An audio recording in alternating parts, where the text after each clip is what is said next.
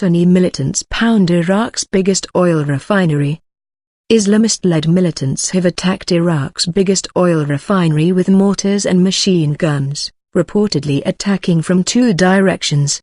Smoke billowed from a spare parts warehouse on the site at Baiji, 210 kilometers 130 miles north of Baghdad, security and refinery sources told Reuters. Government forces have made new airstrikes on militants advancing towards the capital. Fighting is also reported in the western city of Ramadi. The government is fighting to push back ISIS, Islamic State in Iraq and the Levant, and its Sunni Muslim allies in Diyala and Salahuddin provinces, after the militants overran the second city, Mosul, last week. Prime Minister Nouri al-Maliki appeared on television with Sunni Muslim and Kurdish leaders on Tuesday to issue a call for national unity in the face of the advance. They demanded that non-state forces lay down their arms.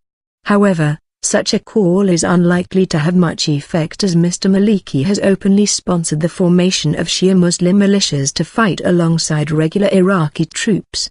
The BBC's Jim Muir reports from Erbil in northern Iraq.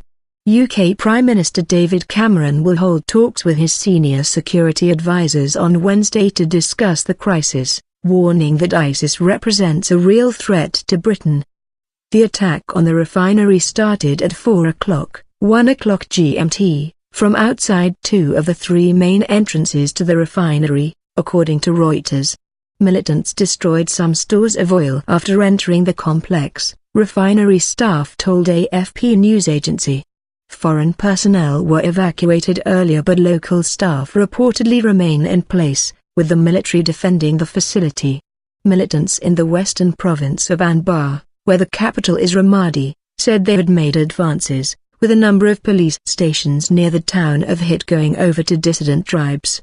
Further north, the Iraqi government said it had recaptured the citadel in the strategic town of Tal Afar, where militants were said to have taken control on Monday. Using unusually strong language, Mr. Maliki accused Saudi Arabia, which is largely Sunni, of backing ISIS. He also fired four army commanders for failing to halt the sweeping advance by the militants. They included the top commander for Nineveh, the first province where ISIS fighters made major gains. With Shia areas of the capital bombed almost daily, correspondents say inhabitants of Baghdad have developed a siege mentality. People with enough money have started to stockpile essential items of food, correspondents say, which has increased prices dramatically. In other developments, President Obama will brief top congressional leaders on Iraq at the White House on Wednesday.